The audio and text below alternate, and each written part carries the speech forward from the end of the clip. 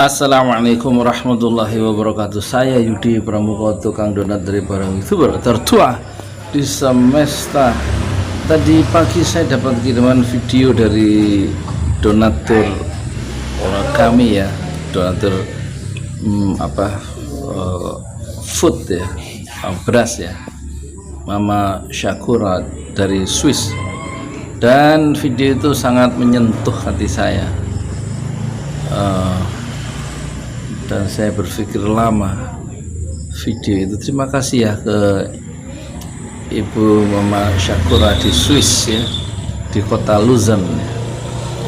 Moga-moga kiriman Ibu menjadi amal soleh ya. Ibu ini sudah 20 tahun di Swiss ya, di kota Luzern ya. Mungkin nggak pulang kampung Ibu ya. Nggak mudik. Jadi video itu liputan singkat ya dari Kompas TV tentang sejumlah anak muda remaja yang tidur di emperan toko dan kelaparan karena kehilangan pekerjaan akibat corona effect ya. Dan sangat menyentuh lah liputan itu. Ada sejumlah relawan yang memberikan makanan jam 4 subuh itu ketika mereka masih tidur ya, di emperan toko di sekitar Tanah Abang. Saya kenal daerah itu, daerah Tanah Abang. Toko-toko tutup, maka mereka kehilangan juga pekerjaan dan tidak bisa pulang kampung, mungkin begitu.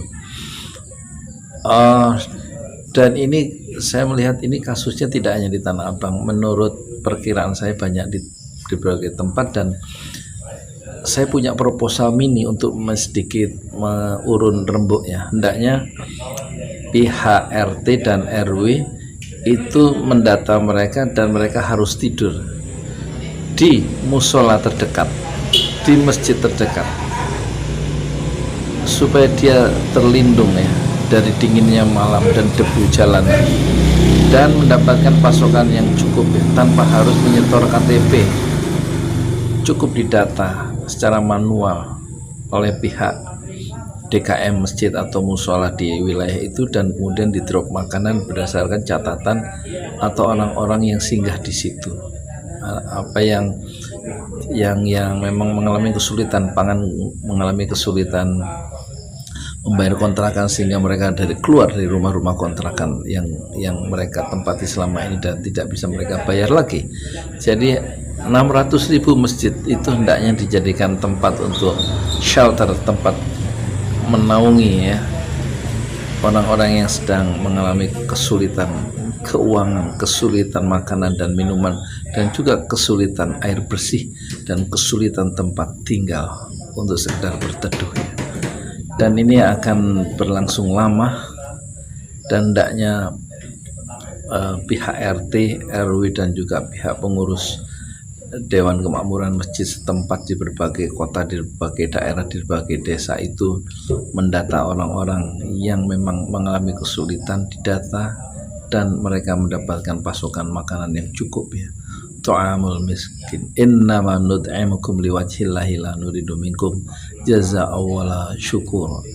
Kami ngasih makan kalian bukan hanya semata-mata untuk mencari liwajhillah, untuk mencari keridhaan Allah. La nuridu minkum, kami tidak ingin mendapatkan jaza, balasan, wala syukur, dan juga kami tidak ingin mendapatkan sekedar ucapan terima kasih. Innama nud'imukum, kami memberi makan kalian liwajhillah, untuk mencari keridhaan Allah. Dan setelah mereka terdata, ini memberikan makan orang miskin ini betul-betul insya Allah akan membebaskan kita dari neraka sakor, yang isinya orang yang tidak sholat dan isinya orang yang tidak pernah memberi makan orang miskin, dan kita terbebas dari neraka jahim yang isinya salah satunya karena orang penghuni neraka jahim, orang yang tidak pernah memberikan makan kepada orang lain selama mereka hidup di dunia. Jadi ini masalah serius, masalah memberi makan di saat-saat sekarang ini harus digalakkan, dan donatur harus diarahkan kepada panitia ad hoc di masjid musola itu untuk mengatasi kelaparan dan orang-orang yang kekurangan makan di masjid yang tadi, yang ada data-datanya. Nggak usah pakai KTP ya, pemerintah tidak akan cukup mendetek siapa yang lapar. Orang-orang yang paling dekat yaitu pengurus masjid, DKM dan juga RT setempat sehingga tidak ada lagi anak-anak muda atau orang siapapun yang terlunta-lunta di pinggir jalan, termasuk gelandangan-gelandangan itu harus dimasukkan ke masjid ya, dan dimandikan oleh pengurus masjid setempat ya, supaya bersih, diberikan pakaian, diberikan makanan ya, dan minuman dan perlindungan. Ya, seharusnya fakir miskin dipelihara oleh negara.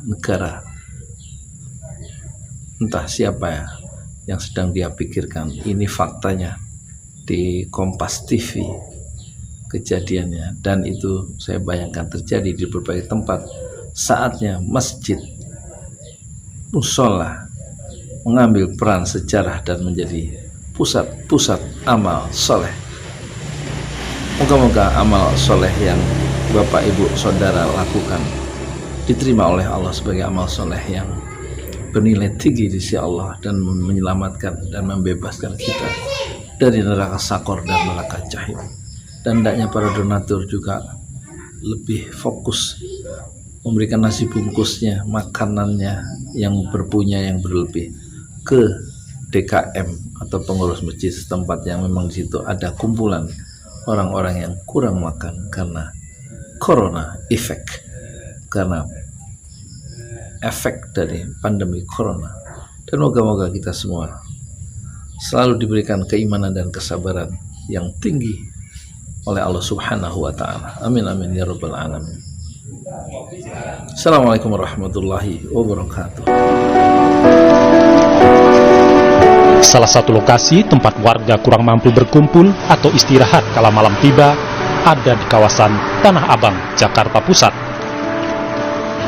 Warga yang tak memiliki tempat tinggal tidur di trotoar dengan alas seadanya. Pada Kamis dini hari, mereka mendapat bantuan makanan dari relawan dan warga.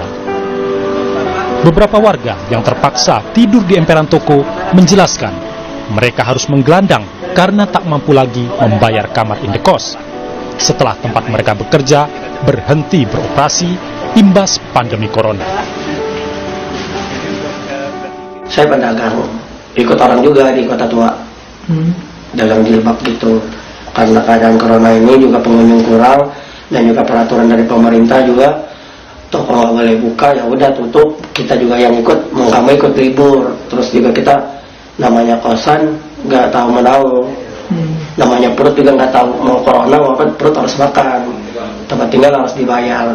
Dan keadaan itu ya kita nggak bisa, udah habis akan ya tidur di jalan, mana mau tidur di jalan, cari makan juga di jalan.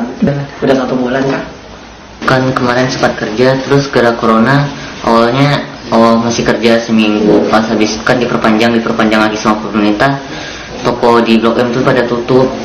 Pas karena tutup udah bingung kan, uang udah pada habis, mau makan di mana, mau tinggal di mana, ya udah harus ketemu sama Baraka kan, sama Reza juga tidur Tanah Abang, tidur bertiga bareng kan.